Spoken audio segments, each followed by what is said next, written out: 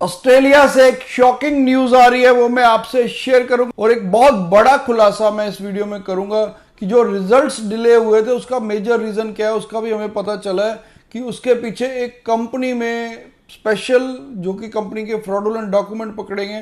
वो बहुत बड़ी कंपनी है जो कि प्रोसेसिंग फीस कहती है कि हम नहीं चार्ज करते, उसका भी आपको डिटेल इस वीडियो में बताऊंगा और ये दोनों शॉकिंग न्यूज आपसे शेयर करूंगा।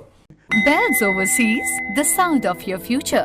हेलो एवरीवन, मैं कपिल भाटिया बेल्स ओवरसीज से। बेल्स ओवरसीज से आप कोई भी क्वेरी कर सकते हैं, हमें नीचे कमेंट करके हम हर कमेंट का आपको रिप्लाई देते हैं। तो ऑस्ट्रेलिया से एक बहुत ही शॉकिंग न्यूज़ आ रही है। शॉकिंग न्यूज़ क्या है कि उन्होंने जो फी है स्टूडेंट वीज़ा की वो इंक्रीज कर दी है। इंक्रीज भी थोड़ी नहीं की, डबल से भी ज़्यादा कर दी, 125% इंक्रीज की है। पहले ये $710 होती थी, अब इसको $1600 कर दिया। 710 से 1600 ऑस्ट्रेलियन डॉलर इन्होंने इसको बढ़ा दिया है। यानी कि अब जो भी स्टूडेंट 1 जुलाई से अप्लाई करेंगे उनको 1600 ऑस्ट्रेलियन डॉलर एम्बेसी फीस देनी पड़ेगी।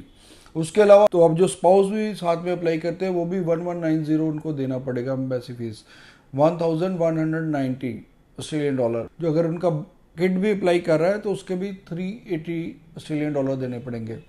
तो ये टोटल अगर एक फैमिली अप्लाई करती है तो उनका 3180 बनता है, 3180 ऑस्ट्रेलियन डॉलर, जो कि नॉन रिफंडेबल होता है।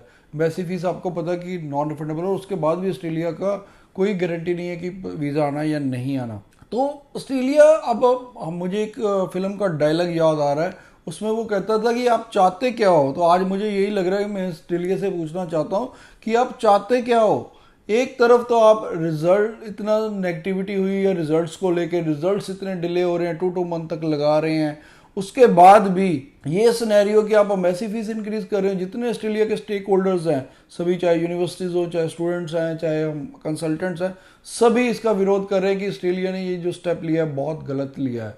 तो अब जो एक मैं और खुलासा करने जा रहा हूँ वो है एक बड़ी नामी कंपनी जिसके कि काफ़ी ऑफिस है इंडिया में भी, ठीक है, और उसमें फ्रॉडुलेंट डॉक्यूमेंट उसी में पकड़े गए। हुआ क्या था, एक काउंसलर थी जो उसका कि किसी एजेंट के साथ मिली भगत थी, तो वो वहाँ से उसको फेक डॉक्यूमेंट दे रहा था एजेंट, और वो काउंसलर उसी कंपनी से अप्लाई करी जा रही थी।